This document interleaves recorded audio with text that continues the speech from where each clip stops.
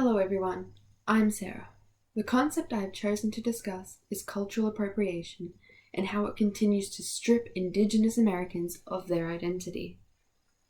Cultural appropriation is commonly understood as the act of a dominant group replicating Indigenous art, music, or traditions without the consent of an Indigenous member.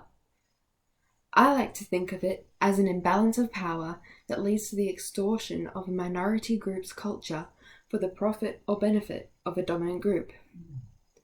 Extortion occurs through various methods of transmission between a dominant and non-dominant culture by assimilative and appropriative practices. Ziff and Rowe support the idea of these behaviors by proposing that appropriation is multidirectional. Assimilation occurs when a group who is considered the minority is pressured to implement the customs and habits of the dominant culture.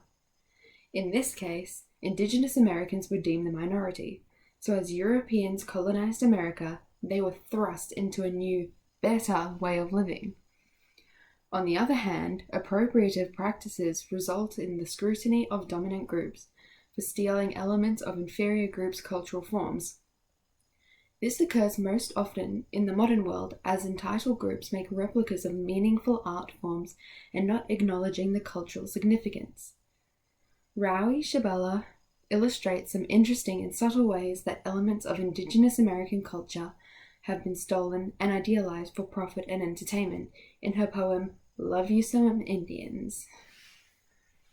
Everybody in Cleveland loves the Indians. Everybody loves them some Indians. Love you some Indians. Be the Indian and not the cowboy. Throw on a war bonnet. Tell me it's fashion. Tell me how imitation is the sincerest form of flattery. Go to your local truck stop.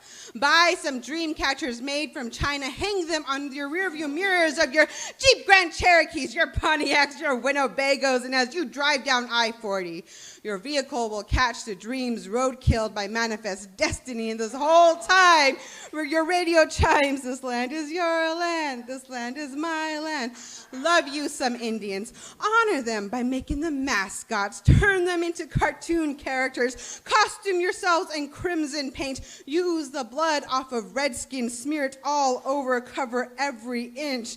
You are Indian. Add big black eyes, big smile, and white teeth. Don't forget the fake feathers. Cover your skin. Don't tell me it doesn't come with privilege. Cover it.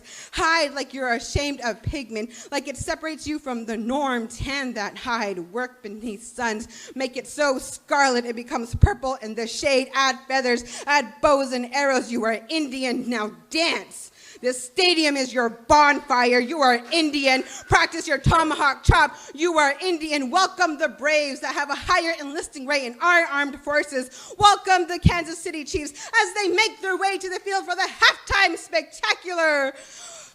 Welcome the Seminoles as a ghost of Osceola haunts the Enfields. Washington Redskins, don't change your name. Instead, hashtag Redskins Pride. Make social media our battleground. We all know that Indians don't have Twitter accounts. We still use smoke signals.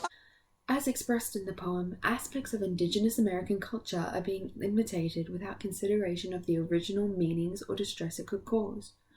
Stolen art, music, traditions, even certain holidays such as Thanksgiving are celebrating the loss of land, freedom, and expression for Indigenous Americans, as well as stripping them of their independence by referring to them as Indians or American Indians, which revokes their position as the original owners.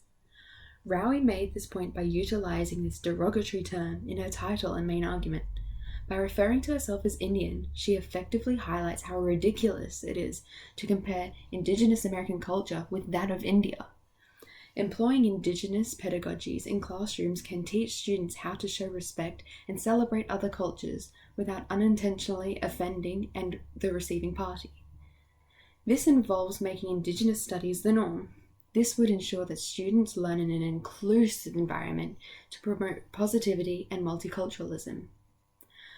I hope this has helped you all recognize the changes that we need to make for a better world. Thank you.